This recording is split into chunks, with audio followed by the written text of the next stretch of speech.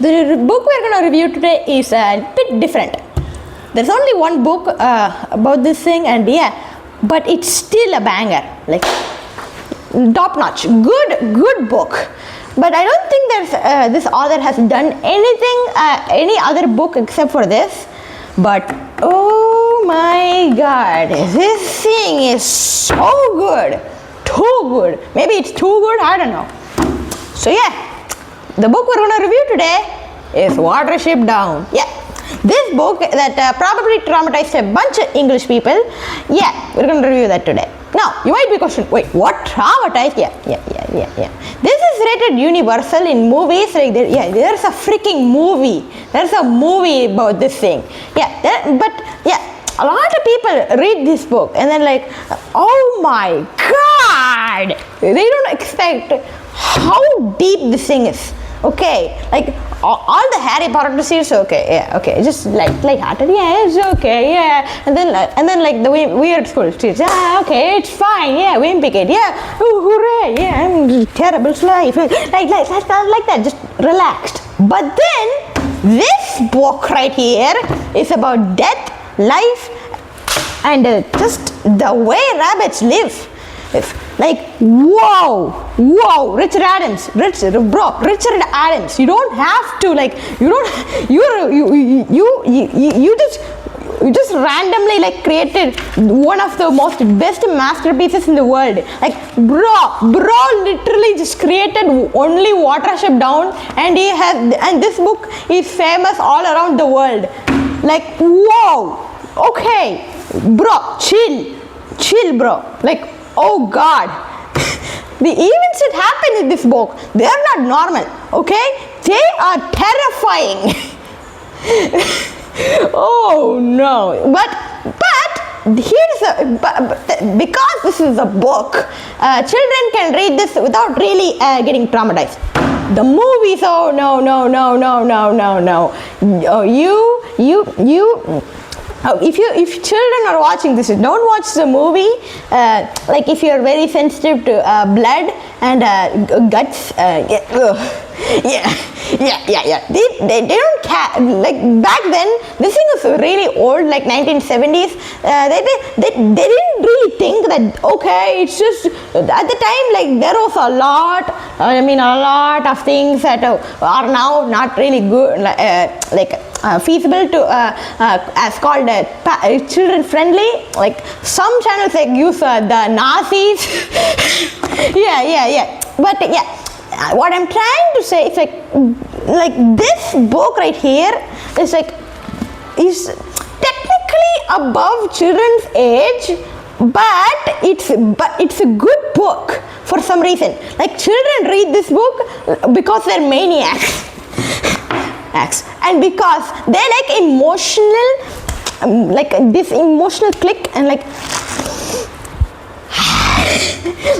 what happens to these rabbits, like you get emotionally attached to a rabbit and then it dies. That's what happens. Oh God, oh no. These rabbits, I'm just gonna tell you one thing, like 5 and like 6 rabbits like go through like 6 kilometers through the freaking jungle. By jungle I mean the English streets, but for us it wouldn't be too long. You know how long it took them? A year and a half.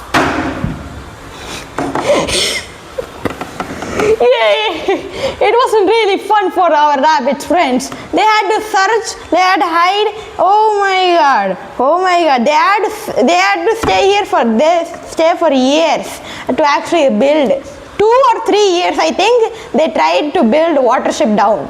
Like they came to Watership Down, and like they from Sandalford to Watership Down, they made the journey.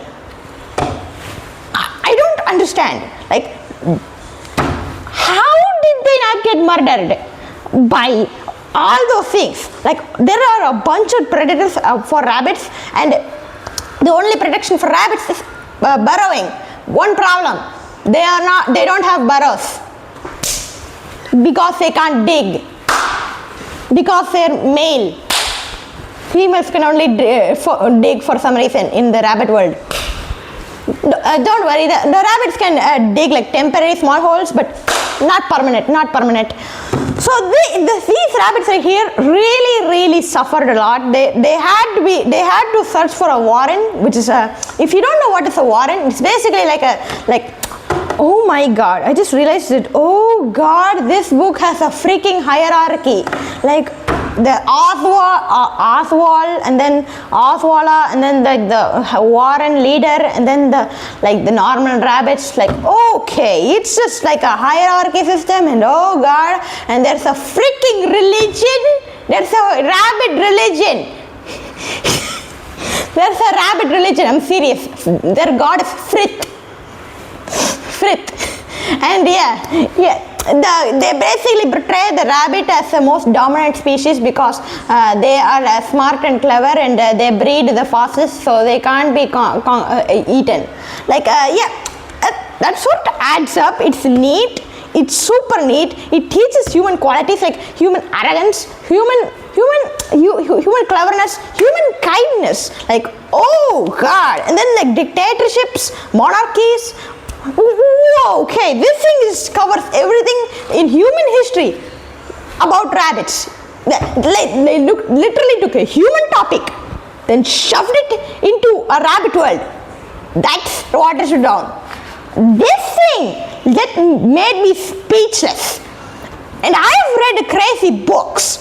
God, you have no idea how much books I have read, but this thing, of all these books, this thing about rabbits, for God's sake, was one of the best, and was one of the only books that challenged the Order of the Phoenix, Harry Potter book.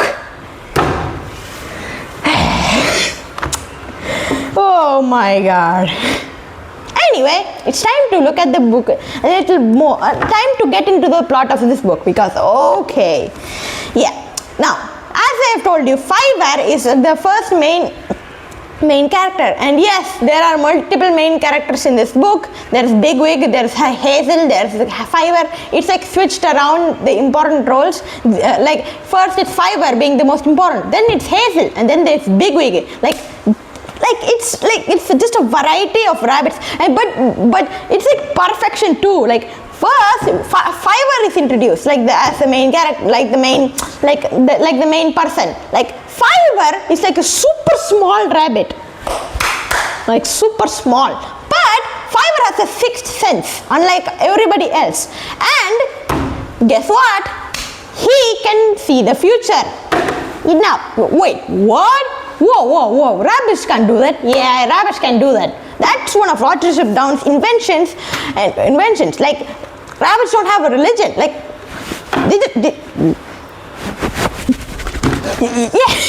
you can understand, right? Like most of this book is about rabbits, but they just push human topics. They push so much human topics into it that every rabbit feels like a human. Like an actual person, like not a rabbit. When you read Hazel, like if you delete every single rabbit, okay, like every single mention of rabbit and replace it with people, no. Like if you give it to somebody, no, they will be like, oh, okay, this is a good book. Nice book about people trying to escape from a giant.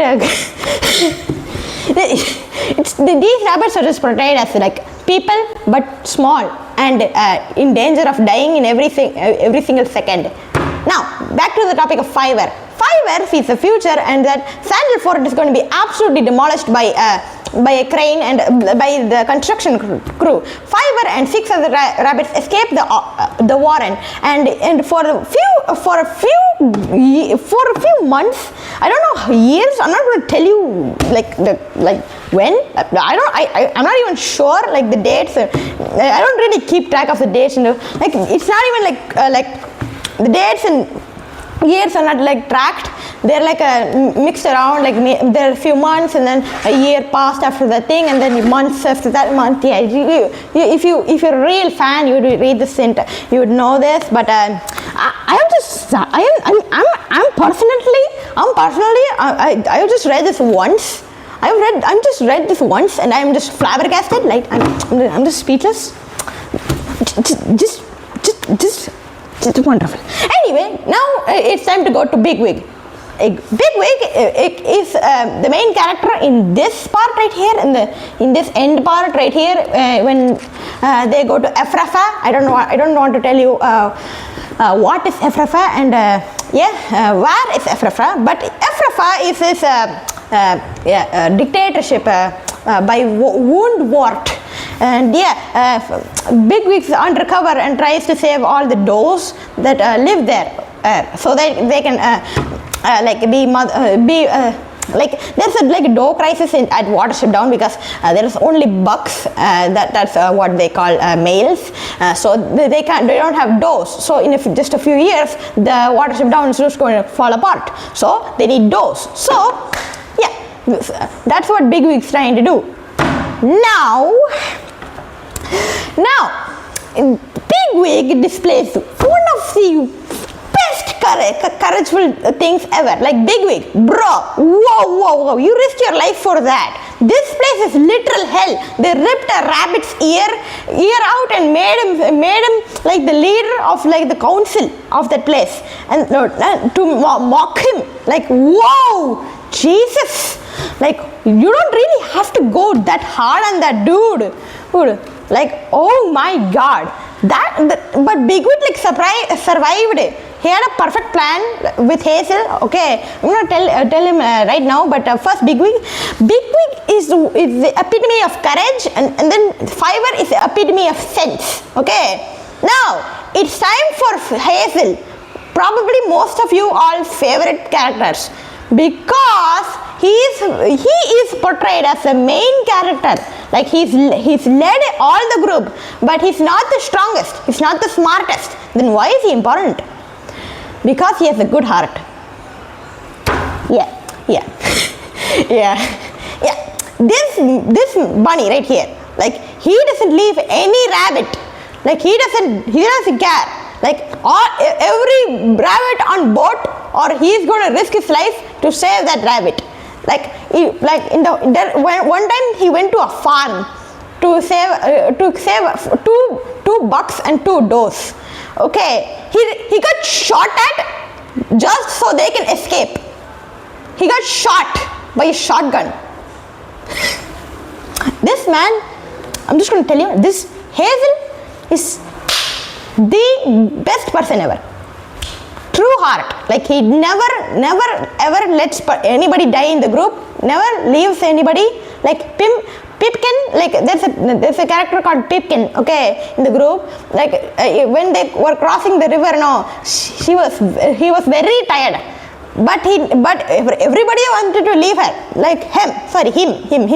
Everybody wanted to leave him. But Hazel stood up for him, and they literally, like, because of him, they didn't leave him behind.